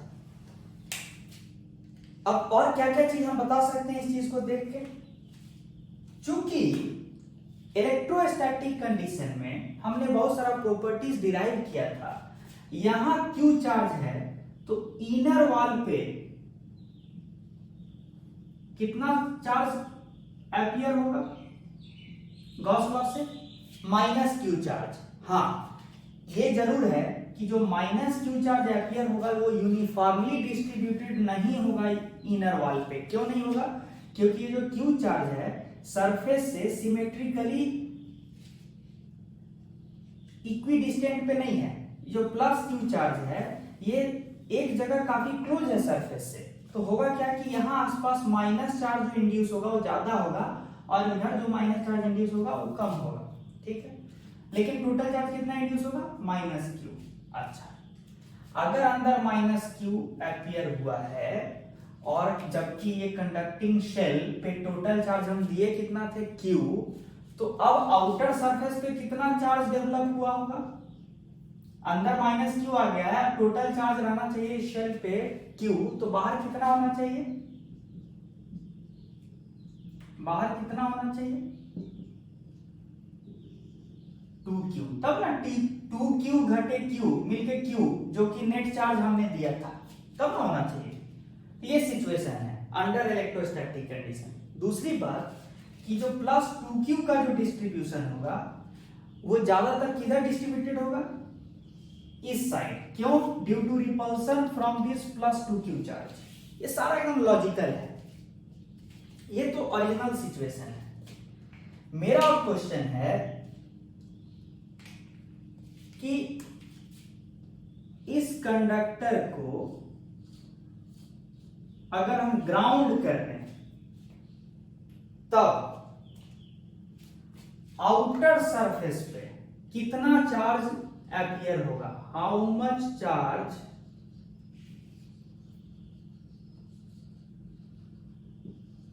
will appear on the outer surface?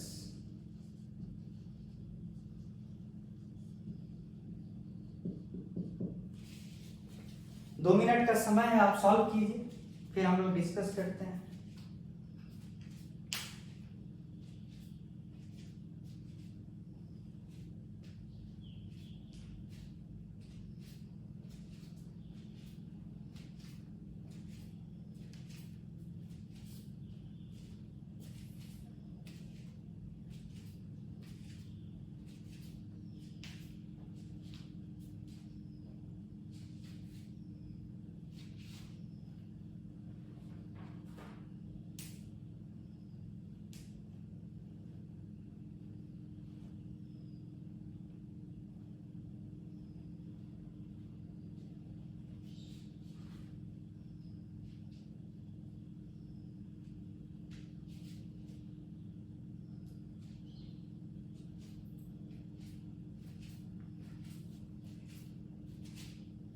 चलिए सॉल्व किया जाए। चलिए,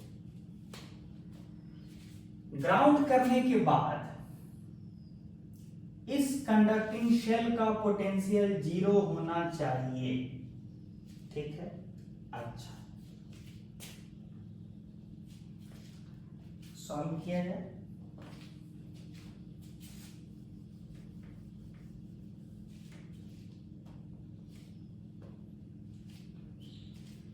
पोटेंशियल लिखना शुरू करते हैं इस कंडक्टिंग शेल का, ठीक है। Net potential of the conducting shell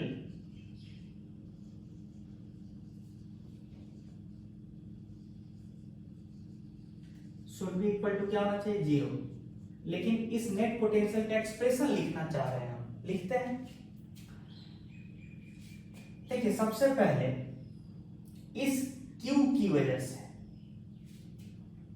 और इस माइनस Q की वजह से हमको लिखना है पोटेंशियल, ठीक है। फिर किस किस की वजह से लिखना है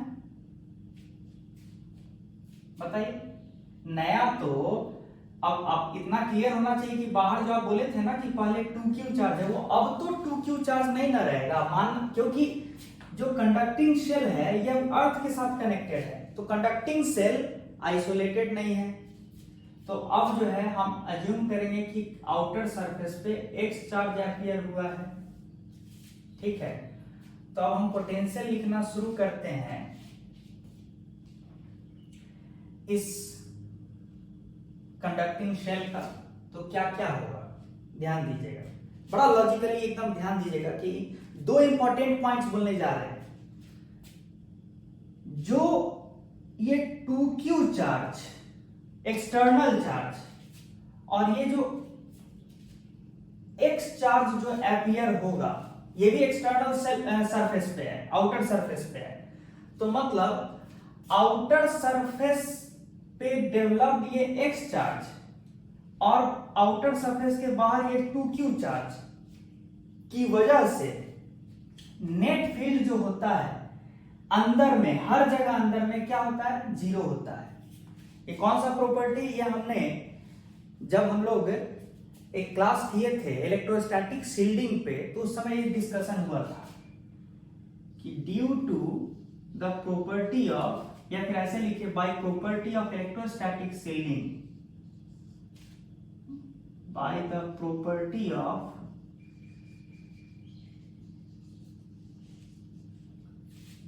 electrostatic shielding,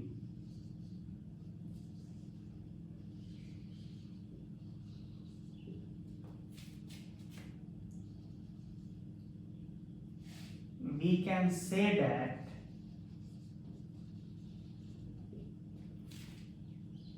electric field, net electric field due to charge x and charge 2Q, net electric field due to charge x and charge 2Q must be 0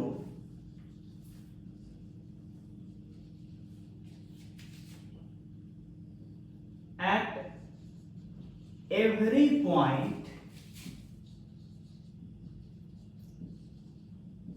within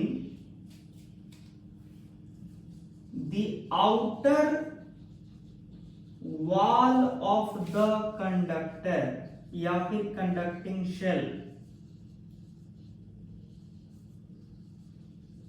जिसको ये बात नहीं पता है तो ये शॉर्ट में ये याद रखे रिवीजन पॉइंट ऑफ व्यू से कि इलेक्ट्रोस्टैटिक शील्डिंग वाले प्रॉपर्टी की वजह से जो कंडक्टर के बाहर जितने भी इलेक्ट्रिकल इन्फ्लुएंसेज होते हैं उसकी वजह से आउटर सरफेस के अंदर नेट इलेक्ट्रिक फील्ड जीरो होता है। तो बाहर में इन्फ्लुएंसेस कौन कौन है, ये प्लस एक्स है और प्लस 2q है। इसकी वजह से इस आउटर सरफेस के अंदर हर जगह इलेक्ट्रिक फील्ड जीरो होगा। ठीक है, अच्छा अगर ऐसा है तो तब तो जो पोटेंशियल यहां होगा वो पोटेंशियल यहां होगा, वो पोटेंशियल यहां होगा। किसकी वजह से? नेट पोटेंशियल की बात नहीं कर रहे हैं हम, बोल रहे हैं कि ये कंबाइंड रूप से जो ये प्लस 2q चार्ज है, जो प्लस x चार्ज है, इस दोनों की वजह से जो कंबाइंड पोटेंशियल होगा, किस किस की वजह से? इस x और इस 2q की वजह से जो कंबाइंड पोटेंशियल होगा वो विद इन दी शेल हर जगह सेम ही होगा। क्यों सेम होगा? क्योंकि इस दोनों की वजह से कंबाइंड इलेक्ट्रिक फील्ड जीरो है अंदर में। तो अगर electric field due to these two charges zero है तो पोटेंशियल हर जगह सेम ही होगा due to these two charges. इस दोनों चार्ज की वजह से अंदर हर जगह पोटेंशियल सेम होगा। अगर ऐसा है तो क्यों ना हम potential at the centre C निकाल लें due to this 2q and x charge. ठीक है, तो potential at C due to 2q and x charge, ये दोनों due to charges 2q and x combined रूप से, वो कितना हो जाएगा? k 2q by 2r, और इस x की वजह से यहां पे पोटेंशियल कितना हो जाएगा? k x by r। x non uniformly distributed है लेकिन उससे फर्क नहीं पड़ता, सारे x का दूरी सेंटर से r ही है, तो लिख सकते हैं कि x by r। तो हमने इस इलेक्ट्रोस्टैटिक शील्डिंग वाले प्रॉपर्टी का यूज करके net potential due to x and plus 2q charge at any point within the shell क्या लिख सकते हैं? k सिंप्लीफाई कीजिए q by r plus k x by r। ठीक है, अब आपके मन में डाउट होगा कि सर अब एक और चीज बचा हुआ है, ये अंदर में जो q चार्ज है और ये जो अंदर जो इनर वॉल पे जो माइनस q चार्ज है, इस दोनों की वजह से भी तो शेल के सरफेस पे पोटेंशियल लिखना बाकी है। तो फिर इलेक्ट्रोस्टैटिक शील्डिंग का दूसरा प्रॉपर्टी कि शेल के इनर वॉल के अंदर, यानी ये जो इनर वॉल है, इस इनर वॉल के अंदर जितने चार्जेस होते हैं उस सारे चार्जेस की वजह से net electric field inner wall के बाहर हर जगह जीरो होता है। मतलब हम क्या बोल रहे हैं ये सुनिएगा, जो हम लिखने जा रहे हैं वो बहुत इंपॉर्टेंट है। ये वाला जो रिजल्ट है, ये वाला रिजल्ट तो हम इधर लिख सकते हैं कि पोटेंशियल एट C हम लिख दे रहे हैं कितना है? k q by r plus k x by r, और ये किसकी वजह से है? Due to 2q and x charges. ये यहां लिख देते हैं ताकि हम इधर कुछ इंपॉर्टेंट पॉइंट्स को लिख सकें।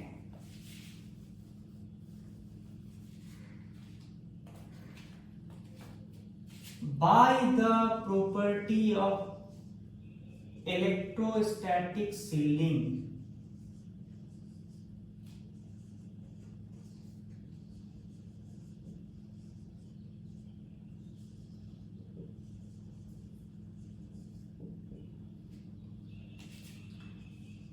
the net electric field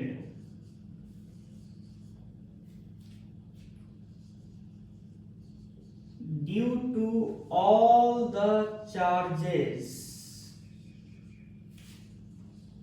within the inner wall of the cavity, ये जो कैविटी है अंदर में, ये जो कैविटी का जो इनर वॉल है, with in the inner wall of the cavity is 0, यानी inner wall of the cavity के, इनर वॉल तो ये हुआ, इस इनर वॉल के अंदर जितने चार्जेस हैं उन सारे चार्जेस की वजह से नेट फील्ड 0 होता है, लेकिन कहां, इनर वॉल के बाहर। तो the net electric field due to all the charges within the inner wall of the cavity is 0, लेकिन कहां पे 0 होता है net electric field, outside the inner wall of the cavity. Net electric field इस Q और इस minus Q induce charge की वजह से नेट इलेक्ट्रिक फील्ड 0 होगा, लेकिन कहां, अंदर नहीं, इनर वॉल के बाहर। चलिए, अगर ऐसा है तो तब तो अगर हम इन्फिनिटी से, ध्यान से सुनिएगा, इन्फिनिटी से एक कूलम्ब चार्ज को इस सरफेस तक लाएं, इन्फिनिटी से एक कूलम्ब चार्ज तक इस सरफेस तक लाएं, आउटर सरफेस तक, तो उस दौरान क्या ये Q, अंदर वाला Q और अंदर वाला माइनस Q का कोई इंफ्लुएंस हम फील कर पाएंगे? नहीं कर पाएंगे, क्योंकि इस दोनों की वजह से बाहर में नेट इलेक्ट्रिक फील्ड 0 है। तो तब तो इस अंदर वाले दोनों चार्जेस की वजह से पोटेंशियल में कोई कंट्रीब्यूशन नहीं आएगा। किसके पोटेंशियल में? इस कंडक्टिंग शेल के पोटेंशियल में। इसका मतलब है अंदर वाले ये जो दोनों चार्ज हैं, इसकी वजह से पोटेंशियल में, किसके पोटेंशियल में, कंडक्टिंग सेल के पोटेंशियल में कोई कंट्रीब्यूशन नहीं आएगा। चलिए, अगर ऐसा है तो अगला पॉइंट क्या हम लिखेंगे? अगर ऐसा है तो देखिए,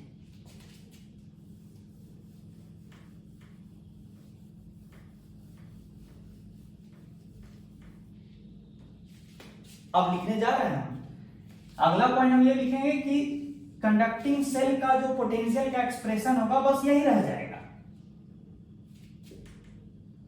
ठीक है, k Q by r plus k x by r. ठीक है, और ये इक्वल टू 0। क्यों? क्योंकि नेट पोटेंशियल इस कंडक्टिंग शेल का 0 होना चाहिए। दिस इंप्लाइज दैट x बराबर माइनस क्यू, यानी जो outer surface of the shell पे जो चार्ज आने वाला है अल्टीमेटली वो माइनस क्यू, जबकि पहले क्या था, कंडक्ट ग्राउंड करने से पहले क्या था यहाँ पे 2q, अब क्या है माइनस एक्स। मतलब कितना चार्ज ग्राउंड से सेल पे आया है, कितना चार्ज ग्राउंड से सेल पे आया है, charge that has flown from earth to the shell, outer surface of shell, बराबर कितना आ जाएगा, -3q। -3q ऊपर आया होगा तब ना, -3q और ये +2q जो पहले था मिल के क्या हो गया होगा, -q, जो कि अल्टीमेट चार्ज एम्पियर हुआ है यहां पे, यही निकाला था। हो सकता है कुछ बच्चा भूल गया हो कि मैंने कंडक्टिंग सेल का पोटेंशियल इसके बराबर क्यों माना। तो याद कीजिए, अंदर वाले चार्जेस की वजह से सरफेस के पोटेंशियल पे कोई कंट्रीब्यूशन नहीं था, और बाहर वाले चार्जेस की वजह से बाहरी सरफेस के अंदर हर जगह पोटेंशियल सेम है। तो जो पोटेंशियल यहां होगा बाहर वाले चार्जेस की वजह से, वही पोटेंशियल यहां भी होगा सरफेस पे। वही लॉजिक को यूज करके हम सरफेस का पोटेंशियल इसके बराबर माने हैं। थोड़ा सा इंतजार कीजिए, लाइट आ जाएगा, है ना।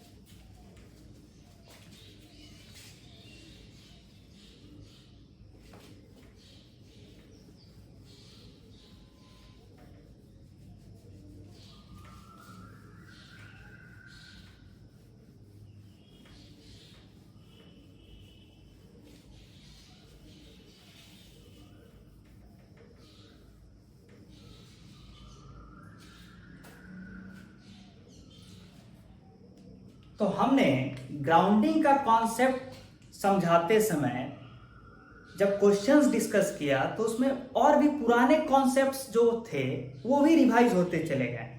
तो याद रखिएगा, इलेक्ट्रोस्टैटिक्स में जो प्रॉपर्टीज ऑफ कंडक्टर्स जो आप पढ़े थे ना, उसका फ्रीक्वेंटली यूज होगा। किसी न किसी एक प्रॉपर्टी का या मोर देन वन प्रॉपर्टी का यूज होने वाला है इलेक्ट्रोस्टैटिक्स में जब आप क्वेश्चन सॉल्व करेंगे। ठीक है, तो ग्राउंडिंग के कॉन्सेप्ट में एक आध क्वेश्चन और कराया जा सकता है, तो उसका डिस्कशन किया जा सकता है।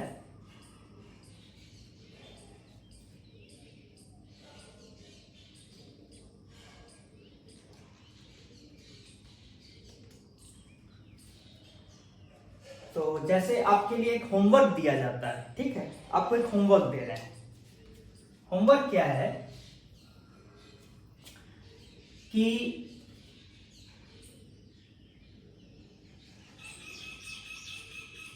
पैरेलल प्लेट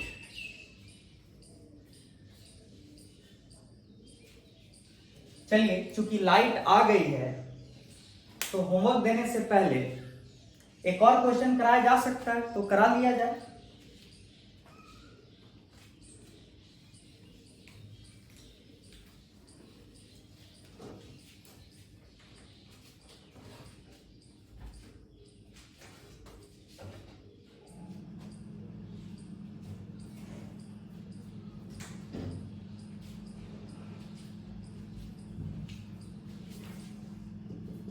क्वेश्चन है कि कंडक्टिंग शेल है, ये सेंटर है और सेंटर से 3r डिस्टेंस पे एक प्लस कैपिटल Q चार्ज रखा हुआ है। ठीक है, और ये कंडक्टिंग शेल है, ध्यान दीजिएगा। और सेंटर से r/2 डिस्टेंस पे एक पॉइंट A है, r/2 डिस्टेंस पे एक पॉइंट A है। क्वेश्चन है कि अगर कंडक्टिंग शेल को ग्राउंड कर दिया जाए, क्वेश्चन क्या है कि अगर कंडक्टिंग शेल को ग्राउंड कर दिया जाए तो after grounding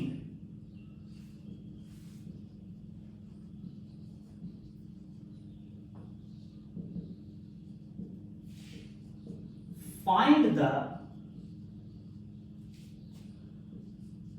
potential due to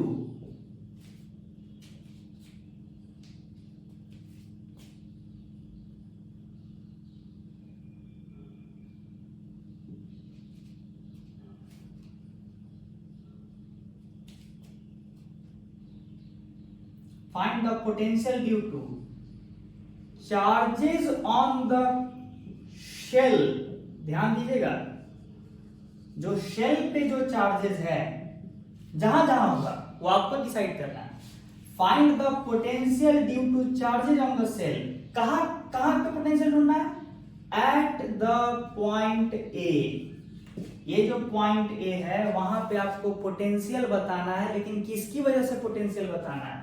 due to the charges that will appear on the shell. ठीक है, ये आपके लिए क्वेश्चन है, ये अभी के अभी आप ट्राई कीजिए। 1 मिनट का समय है, अगर बनता है तो ठीक है, नहीं तो हम डिस्कस करते हैं।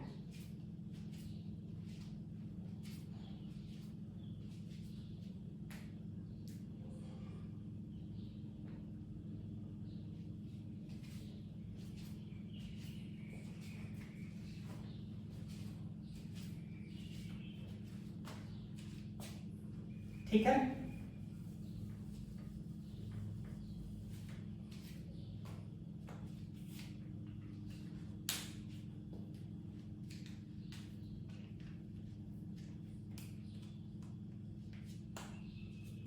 देखिए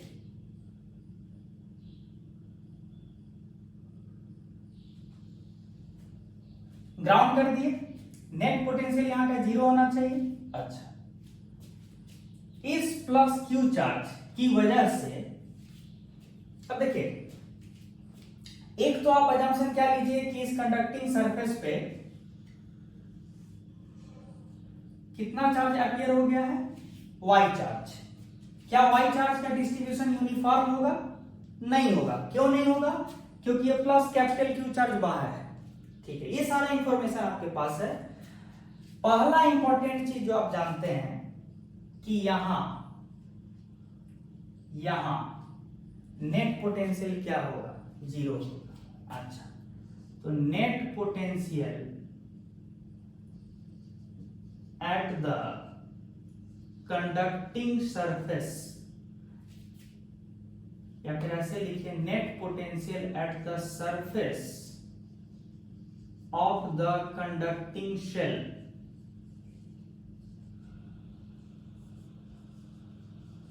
क्या होना चाहिए, 0, क्योंकि आपने ग्राउंड कर दिया है।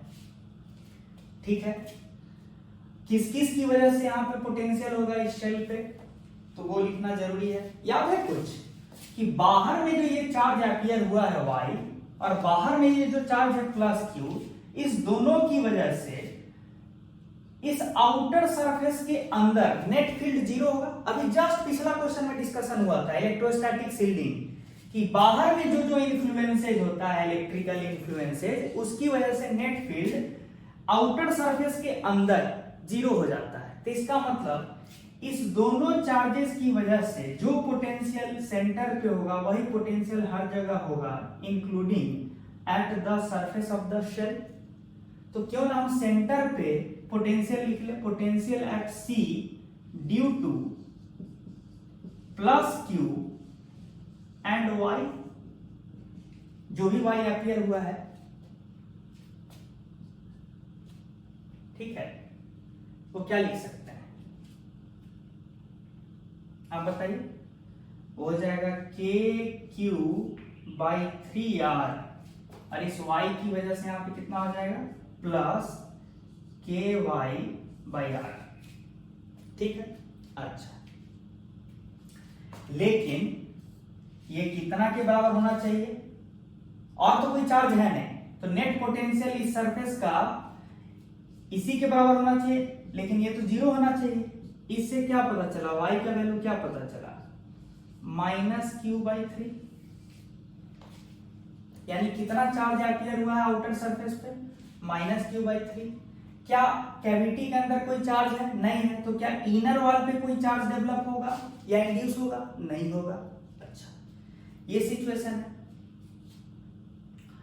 अब आप बताइए कि हमारा क्वेश्चन क्या था? क्वेश्चन था कि जो कंडक्टिंग सरफेस पे जो चार्ज अपीयर होगा उसकी वजह से हमको पोटेंशियल चाहिए।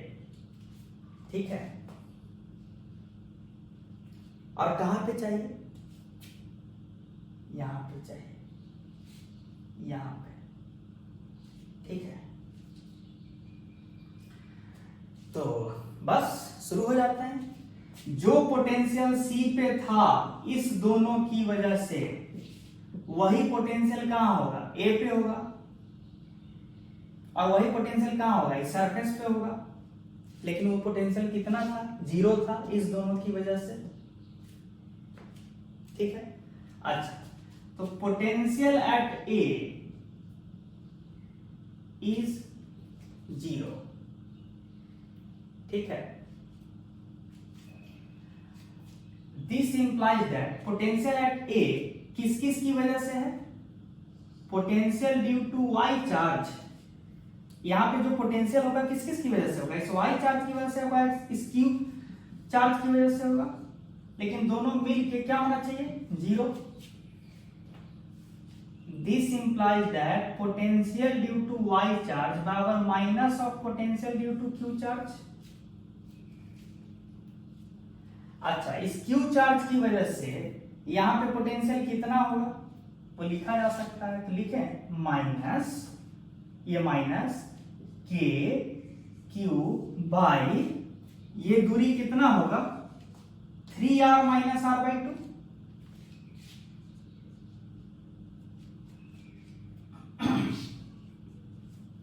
तो कितना हो गया -2k³ बाई 5r। हुआ कि नहीं?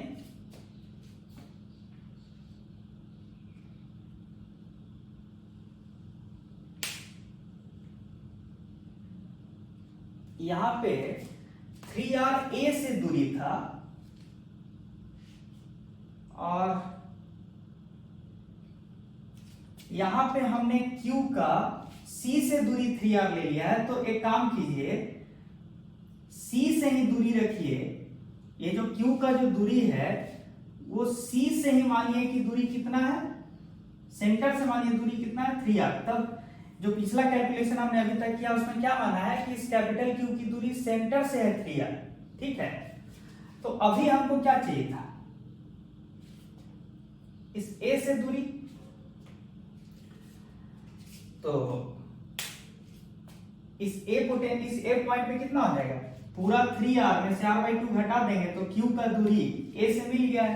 कितना हो गया 3r घटे r/2 दैट इज 5r/2, 2 ऊपर चला गया। ये बात क्लियर हुआ? ये बात क्लियर हुआ? ठीक है, जो 3r दिए हैं वो मानिए कि सेंटर C से दूरी है प्लस Q चार्ज का, तब जाके सारा सिचुएशन ठीक है। तो ये सारा चीज रहा आपका इस क्वेश्चन के लिए जो मांगा गया है। तो आंसर क्या हो गया, potential due to y at point A is equal to -2/5 kq/r। ये आंसर हो गया, यही आंसर आपको देना था। तो आप देख रहे हैं इलेक्ट्रोस्टैटिक सील्डिंग वाला प्रॉपर्टी भी इस्तेमाल हो रहा है, गॉस लॉ भी इस्तेमाल हो रहा है। कैसे, जब आप इंड्यूस चार्ज कभी कभी निकालते हैं। फिर इलेक्ट्रोस्टैटिक कंडीशन वाला और भी प्रॉपर्टी कभी कभी यूज हो रहा है। तो मतलब आपके दिमाग में पूरा इलेक्ट्रोस्टैट्स का ओवरव्यू होना चाहिए, तब जाके आप फाइनली एग्जाम लेवल के सवाल को कंफर्टेबली बना पाइएगा। ठीक है, तो हमने आज जो भी ग्राउंडिंग का कॉन्सेप्ट डिस्कस किया है उसमें शेल्स पे बहुत ज्यादा फोकस किया है, स्फेरिकल शेल्स। उसी तरीके से पैरेलल प्लेट के ग्राउंडिंग का भी डिस्कशन होगा और साथ में पैरेलल प्लेट के ग्राउंडिंग के साथ ही, जैसे ये होता है ना पैरेलल प्लेट्स, इसको जब डिस्कस करेंगे, इस तरह के ग्राउंडिंग को जब डिस्कस करेंगे तो क्या कहेंगे ग्राउंडिंग ऑफ प्लेट्स। और इसी के सीक्वेंस में आगे बढ़ते हुए हम लोग किस टॉपिक को टच करने वाले हैं, कैपेसिटर्स। ठीक है, तो आज के लिए इतना ही, फिर नेक्स्ट क्लास में मिलते हैं। तब तक के लिए गुड बाय, थैंक यू।